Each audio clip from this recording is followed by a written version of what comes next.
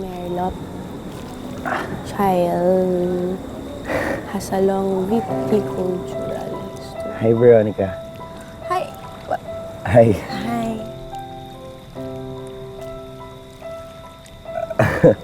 I know hindi ako in-expect kong makita kasi si Mateo talaga yung gusto makita.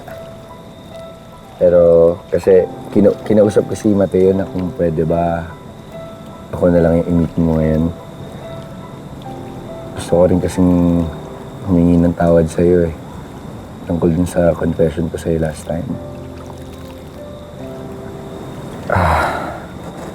Veronica, I just want you to know na sincere ako doon. Gusto talaga kita. Sobra. Pero kung di mo talaga ako gusto, kung si Mateo talaga yung gusto mo, maintindihan ko naman yun.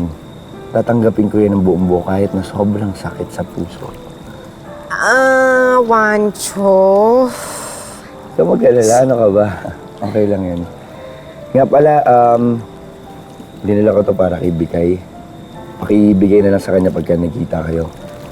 Kasi gusto sanang magpasalamat sa kanya dun sa pagliligtas niya sa buhay ko. Sinabi rin sa akin ni Mateo na nawala daw ni Bikay yung pabango niya. So binilang ko siya ng bagong pabango. Sige, bigay ko sa kanya. I'm sure magustuhan niya to. Salamat. Salamat din. Oo, marami ka rin nainom ah. Gusto mo? Lina, salihan mo ako kasi kanina pa ako mag-isa dito. No, hindi talaga ako nainom. Kasi kanina ko pa hinihintay si Mateo nga, di ba? O, dali na. Yan lang muna. Sakit naman nun. Kung mag-alala, di dadating si Mateo. O, di at least, cheers tayo. Cheers.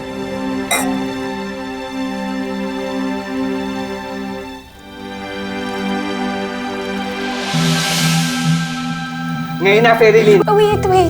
Kinakabahan ako.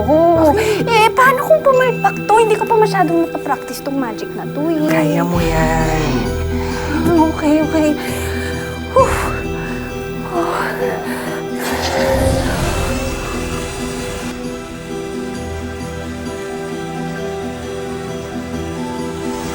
Ngayon na.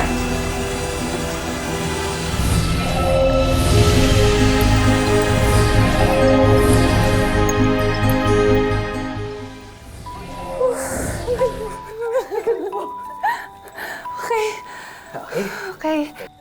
Wait. And... Okay, gisingin mo na.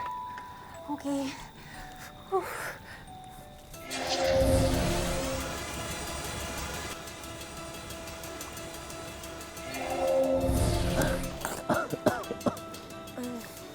Ano nangyari? Paano tayo nakatulog dito? Hindi ko nga rin alam eh. Ano ba nangyari?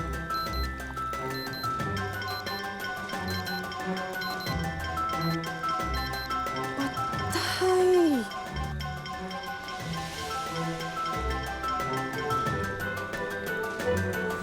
Mag-work kaya yung plan natin?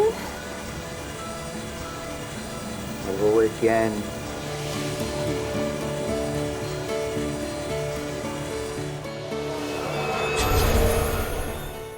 Ikaw?